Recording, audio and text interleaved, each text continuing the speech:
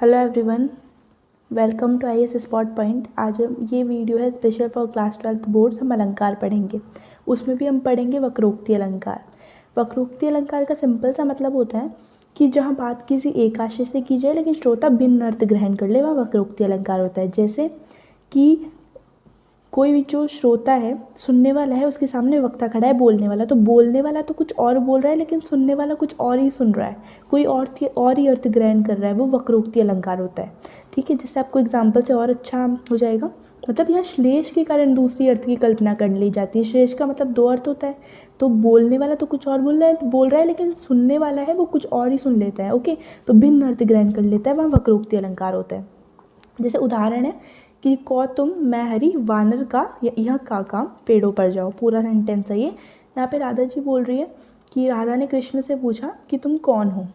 तो यहाँ पे कृष्ण ने कहा मैं हरी हूँ, तो राधा ने कहा कि यहाँ पे राधा ने इसका अर्थ वानर से लगाया। हरी का मतलब एक वानर भी होता है, उससे लगाया और कहा कि यहाँ जो वानर है उनका क्या काम, पेड़ों पर जाओ। तो यहाँ पर बोलने वाले कृष्ण तो कुछ और ही बोल रहे हैं। हरि का मतलब होता है कृष्ण, तो कृष्ण तो कुछ और ही बोलना चाह रहे हैं कि मैं हरि हूँ, लेकिन सुनने वाली जो कि राधा है वो कुछ और ही अर्थ ग्रहण कर लेती है, हरि से वानर का अर्थ निकाल लेती है। तो बोलने वाला तो कुछ और ही बोल रहा है बट सुनने वाला कुछ और ही सुन लेता है, वहाँ वक्रोक्ति अलंकार होता है। ओके, वक्रोक्ति के भेद, तो वक्रोक्ति के दो भेद होते हैं, श्लेष वक्रोक्ति और काकु वक्रोक्ति। श्लेष वक्रोक्ति में क्या होता है, जहाँ उक्ति का वक्रता आधार श्लेष हो वहाँ श्लेष वक्रोक्ति होता है। इसका सिंपल सा मतलब है वक्ता का अर्थ वक्ता एक अर्थ ग्रहण करता है तथा श्रोता दूसरे अर्थ को ग्रहण कर लेता है।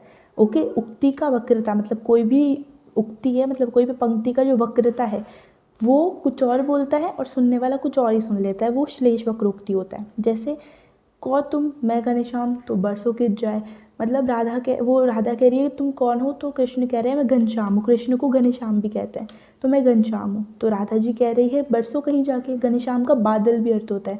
तो कृष्ण ने तो अपने अर्थ में कहा मैं घनश्याम हूँ, लेकिन राधा ने कुछ और ही अर्थ ग्रहण करा, बादल अर्थ ग्रहण करा कि तुम बादल हो तो कहीं जाके बरसो। तो मतलब बोलने वाला कुछ और बोल रहा है और सुनने वाला कुछ और ही सुन रहा है, वो श्लेष वक्रोक्ति हो गया। नाउ काकु वक्रोक्ति। काकु वक्रोक्ति क्या होता है, इसमें बोलने वाले व्यक्ति के बोले गए शब्द कंठ ध्वनि के कारण सुनने वाला व्यक्ति और अर्थ ग्रहण कर लेता है।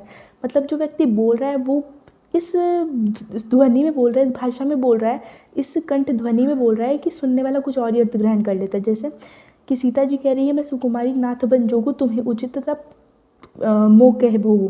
तो ये सीता जी का मतलब है कि मैं सुकुमारी हूँ और मैं वन में मतलब मैं सुकुमारी हूँ। राम को कह रही है सीता जी मैं सुकुमारी हूँ, तो तुम क्या सुकुमार नहीं हो? ठीक है, तुम भी तो एक नाथ हो, तुम भी भगवान हो। क्या ये उचित होगा कि तुम अकेले ही वन में जाओ, तुम मुझे यहाँ पर ही रहने दो?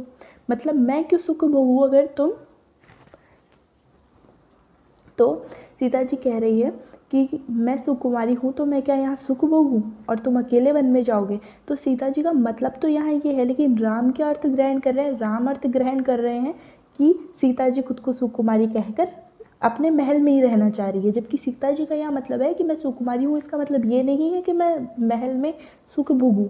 ओके, तो मैं भी तुम्हारे साथ वन में चलूँगी, इसका मतलब ये है। ये अन्याय होगा कि राम आप मुझे यहाँ पे छोड़ के जाए महल में। ओके, क्योंकि मैं सुकुमारी हूँ। तो ये राम ने अर्थ ग्रहण किया कि सीता जी खुद को सुकुमारी कहकर महल में रहना चाह रही है या फिर हमारे साथ नहीं आना चाह रही है। ओके, तो बोलने वाला तो कुछ और बोल रहा है बट सुनने वाला कंठ ध्वनि के आधार पर कुछ और ही अर्थ ग्रहण कर रहा है, वो काकु वक्रोक्ति होती है। So if you like my notes please subscribe to IAS spot points. Thank you so much.